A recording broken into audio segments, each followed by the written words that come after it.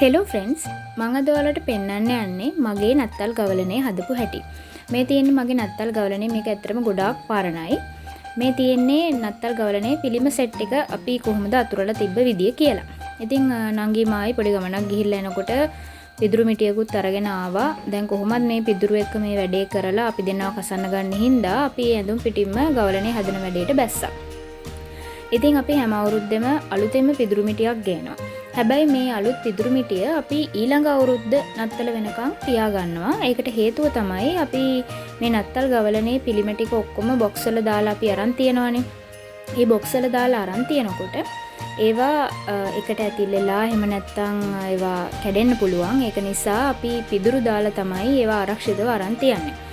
ඒ වුණාට මේ අවුරුද්දේ අපි මේ අරන් තියලා තිබ්බ නත්තල් ගවලනේ පිළිම සෙට් එකෙන් ජුසේතුමාගේ පිළිමේ අත කැඩිලා තිබ්බා. දන්නේ නැහැ අතර මේක කොහොමද වුනේ කියලා මෙච්චර පරිස්සමින් අරන් තියලත්. ඉතින් අපි ඒක චුට්ටක් පැත්තකින් තියලා තිබ්බා. මොකද අපි ගිය අවුරුද්දේ අලුතෙන්ම ගත්ත පිළිම සෙට් එකෙන් එකක් තමයි මේ තියෙන්නේ ජුසේතුමාගේ පිළිමේ. ඉතින් අපි දෙන්න ඒක ගම් ටිකක් ගාලා අලවන්න පුළුවන් තත්ත්වෙ තිබිච්ච නිසා ඒක පැත්තකින් තියාගත්තා. මෙන්න මේ විදිහට අපි දෙන්න ඕන දැන් නත්තල් ගවලනේ පිළිම සෙට් එක අතුරගෙන ගියා. ඉතින් යාළුවනේ අපි සෑහෙන කාලයක් අපි නත්තල් ගවලනේ හැදුවේ අපේ ගෙදරින් එළියේ. ඒ කියන්නේ ඉස්සර ඉඳන් අපි සමහරක් වෙලාවට නත්තල් ගවලනේ වහලෙට පොල්ලතු දානවා, උණ බට පාවිච්චි කරනවා, පඹවැල් පාවිච්චි කරනවා. එක එක අවුරුදු වලට එක එක තීම් එකක් අපිට හැමදාම තිබුණා. නමුත් දැන් කාලෙක ඉඳලා අපි අපේ ගවලනේ හැමදාම හැදුවේ ගේ ඇතුලේ. ඉතින් මේ අවුරුද්දේ අපි දෙන්නට පොඩි වෙනස්ම දෙයක් හම්බුණා. අපි ක්‍රිස්මස් shopping ගිය වෙලේ අපිට ස්නෝ විදියට තිබ්බ මේ ඩස්ට් එකක් නෙමෙයි මේක ඉටිගොල වලින් පුංචි පුංචි කෑලි වලට කපපු එකක්. ඉතින් අපි එකෙන් පැකට්ස් දෙකක් ගෙනාවා අපේ ගවලනේට දාන්න. ඉතින් අපේ ගවලනේට ස්නෝ තීම් එක දාලා මේ තියෙන්නේ අපි මුළු ගවලනේටම ස්නෝ හලාගෙන යනවා. ඔන්න අපේ තාත්තත් ඇවිල්ලා බලනවා මේ මොනවද කියලා. තාත්තා විතර නෙමෙයි ඔයගොල්ලෝ දකින්න ඇති මේ වීඩියෝ එකේ තනින් තන අපේ පූස් පැටියත් ඇවිල්ලා බලනවා. නංගි මායි මොකද කරන්නේ කියලා. එයාගේ වැඩි අවධානයක් නම් මේකට නැහැ. එහෙමනම් මේක මේ විදිහට තියාගන්න වෙන්නෙත් නැහැ. මේ තියෙන්නේ අපි සම්පූර්ණයෙන් ස්නෝ දාගත්ත අපේ ගවලනේ.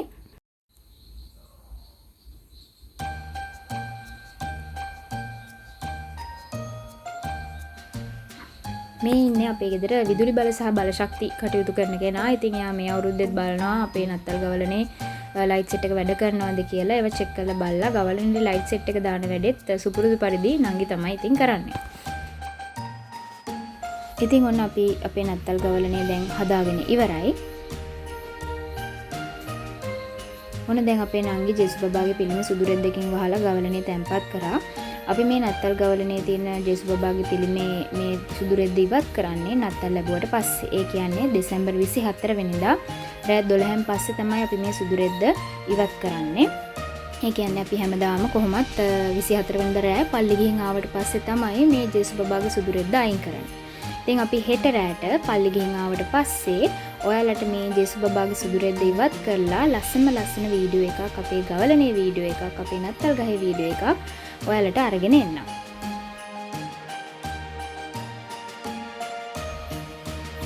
ඉතින් ඔන්න අපේ නංගිට ෆේරි ලයිට්ස් වගේක් හම්බෙලා තිබ්බා. ඉතින් අපේ දොරේ ගහලා තිබ්බ ක්‍රිස්මස් ට්‍රීත් එකටත් අපි මෙදාපාර ෆේරි ලයිට්ස් ටිකක් දාලා ලස්සන කරගත්තා.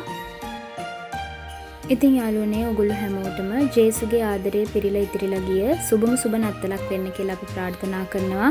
ඒ වගේම එළමෙන අවුරුද්ද ඔයාලා හැමෝටම දුකක් කරදරයක් නැතිව කරන කියන හැමදේම සාර්ථකව කරගන්න පුළුවන් ලස්සන අවුරුද්දක් ලැබෙන්න කියලාත් අපි ආදරෙන් ප්‍රාර්ථනා කරනවා.